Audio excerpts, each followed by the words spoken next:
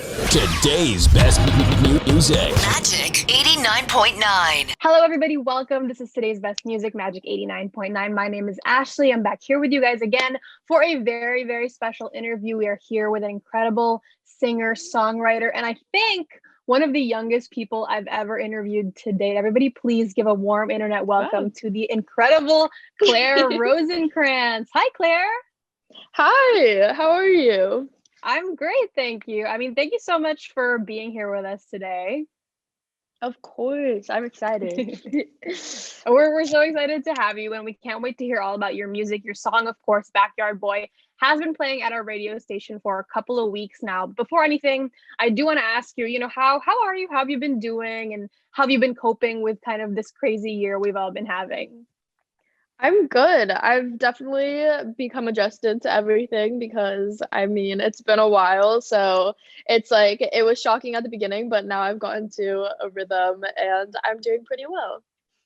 Okay, well, that's really great to hear that you've managed through everything. So we do want to hear all about your music. So tell us a little bit about your song, Backyard Boy. I know you have a new version of the song, but let's get to that in a little bit. I kind of want to hear about the original version and kind of how that came about and the process of making it and everything. Yeah, absolutely. I was in my room and my dad for a while had been asking me to make an upbeat song. So I was just messing around in my room, kind of throwing lyrics out into the air and seeing what stuck and what didn't. And it ended up just kind of coming together. I kind of had the idea of the boy next door a little bit. And it's honestly super cheesy and kind of cringy, but also it was just a fun scenario. And it went to the vibe of the beat and the happy and fun, part of it, I guess. So yeah, no, it was really fun to make, but it was honestly super quick and kind of random at the same time. It was kind of like, oh yeah, this one's cool too, let's throw it in there and see how it does, and it ended up doing very well, better than I expected. So it's been really cool. Right. All right. Well, that's really cool to hear that it kind of was it came about randomly. And I think you saying that it did really well is kind of an understatement because it really did blow up to the point that you do have a new version of the song and you got to work with Jeremy Zucker. So tell us a little bit about the new version and what was it like getting to work with Jeremy Zucker? Totally. Yeah. So, Jeremy, I had met, or I'd kind of gotten connected with him because my cousin, he, I don't really know how, to be honest, but he somehow knew Jeremy Zucker, he knew Jeremy, and he made a playlist for him and he put my song on the playlist, and Jeremy liked it, and my cousin was like, oh yeah, that's my cousin, and ended up getting us in contact. And so it was during the time when I was deciding between labels and stuff and kind of figuring all that out, and I wasn't really sure, so I wanted some insight, and I FaceTimed Jeremy and got to know him a little bit, and he was a really cool dude. And when he was suggested to be somebody who could be on the remix for Backyard Boy, I was like, that's dope. I already kind of know him, and he's like a great songwriter, a great musician, and I was really lucky to have him on it. All right. Well, that's so cool. And that's crazy that you kind of, one of the ways that kind of connected you was just like really through a playlist. And I think the internet has been such a big catalyst for really launching you into as big as you are now. Like your song Backyard Boy is, of course, huge on TikTok. What's that like? Did you kind of go into it with the mindset of knowing it would do well on TikTok, or was it just like a surprise for you?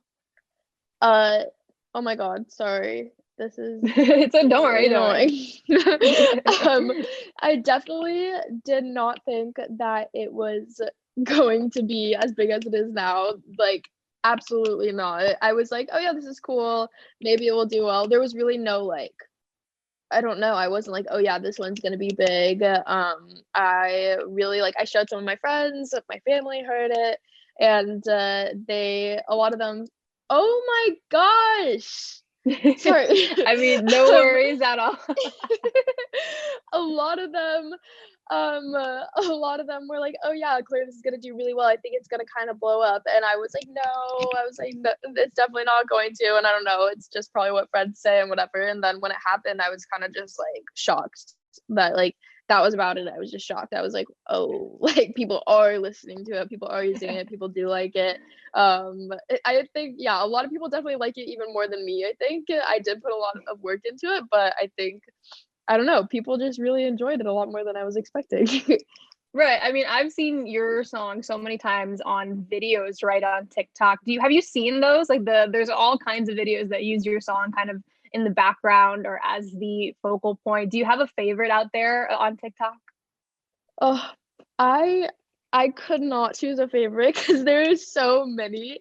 I don't even know. I mean, ooh, I don't have a favorite. I think, just it brow I, like, honestly don't spend that much time on TikTok either, as much as you would think, but, when I do go on it, I feel like I just, like, go through the trend or whatever, or, like, the trends that are under it and just hear the Right. songs in the background, and I'm just kind of like it honestly blows my mind. I couldn't pick a favorite though.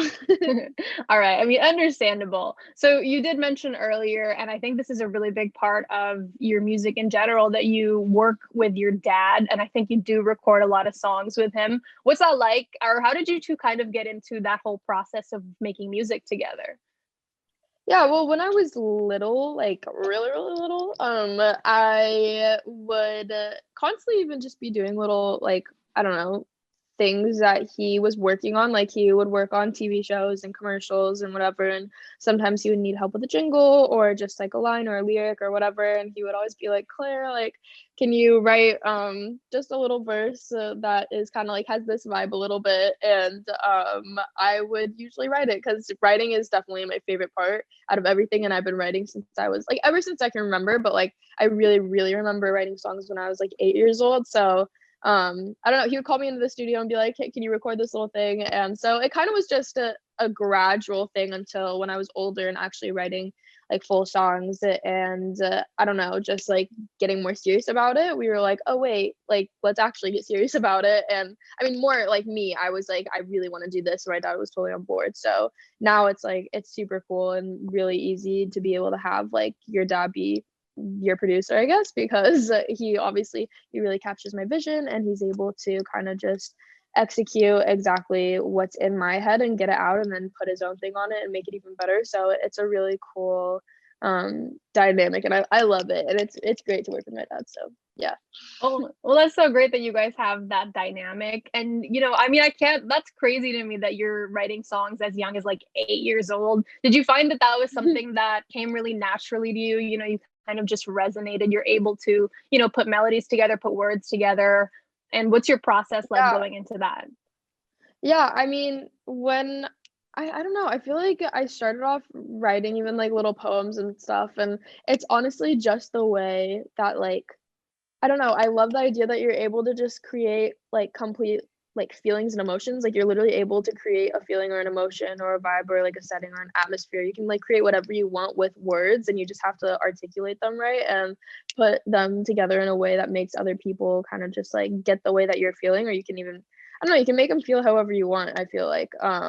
So I feel like it's so cool. I don't know. I've always loved doing it. And it's also just a way I love to process my feelings and emotions. Like I absolutely I hate just like talking to somebody about how I feel, and vulnerability is just not my thing. So I'm like I rather write it down and then put it in a song format or whatever, and then it's really cool because I'll get people like if I put something on my Instagram that's more vulnerable or whatever in like song form, people will reach out to me and be like, wow, that's really cool, like you captured exactly like the way that I'm feeling. And I don't know, it's just like cool to see other people relate and like see that people are feeling the same way that I feel. And even if like they're not able to put it in a song format, or if they're not able to say it themselves, I'm able to do it for them, and then to be able to like hear that is really cool. So I don't know, there's a lot of things that I love about it, but it's definitely just like such an art in itself. Okay, well, that's cool to hear. And I mentioned it earlier. You're very young. You're 16. Am I getting that right? That's Mm-hmm. incredibly young. I mean, not a lot of people are already working at that age. So what's that kind of like? I mean, do you still have time to see friends? Are you still, planning to pursue school or anything like that? What's it like now that you're working at this young age? Yeah, I mean, it's definitely a little bit of a change, but at the same time, with like the times that we're going through right now, I feel like it's not that weird. I mean, I don't know. I've always known that I kind of wanted to do something like this. And I still hang out with my friends a lot. Like I'm totally able to hang out with them, and that hasn't really been a problem. It's just like obviously having to like tell people, or kind of just like I have to have my friends understand that like, oh, this is not something I exactly do for fun now. Like I actually kind of have a certain demand on it, but it's like still fun. I still love it. But yeah, I don't know. I feel like it's like all affected me for the better. Sometimes, I mean, obviously it can be like, oh, but no, I'm so lucky to be able to do it. And yeah, I'm still gonna see my friends. It's cool. That's cool. I mean, I'm glad to hear that you're approaching it in a very kind of mature and grounded way. So we did again talk about earlier your collaboration with Jeremy Zucker. I want to ask, do you have any kind of dream collaboration, anyone you'd want to work with in the future? I mean, I feel like so many people. I have like a list. I mean, the top, which is literally never gonna happen, but like Frank Ocean is top, but he's like so I mean, independent, never and say I think never that's something I really though. like. Yeah, I guess. I feel like, yeah, I don't know. He's so good though. And then like Daniel Caesar, I love his music so much, so he would be like another like dream artist to work with. But I don't know, there's a lot of people, and even just like people that I've been able to talk to now, it's just like I don't know, I feel like there's a lot of people that I could potentially collab with, but there's so many great artists, it's hard to choose one. I understand. But I mean, my hopes are high. I'm crossing my fingers for you. I think you have nowhere to go but up from here. So we're excited to see all of that. And that being said, can you tell us what can we expect from you in the future going forward after 2020? What's next? Yes, 2020, lots of music, or after 2020. Oh my God. Lots of music, videos, collabs. Honestly, I don't know.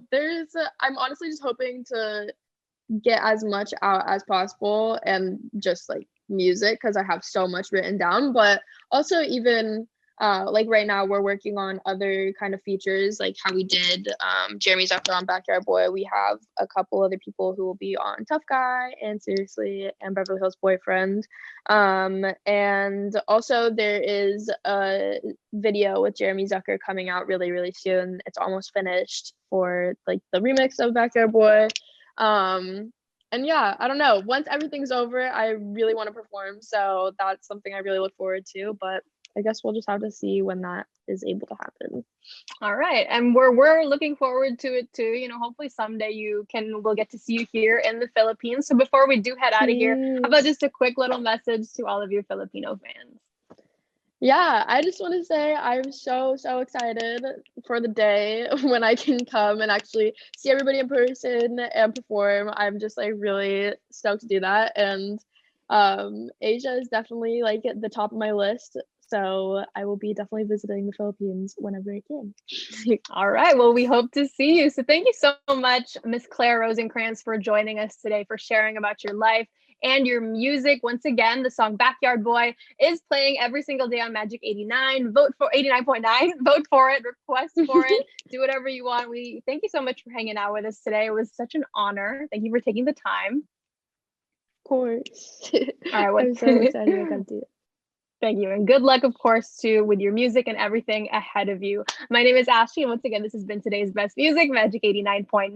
We'll see you guys next time.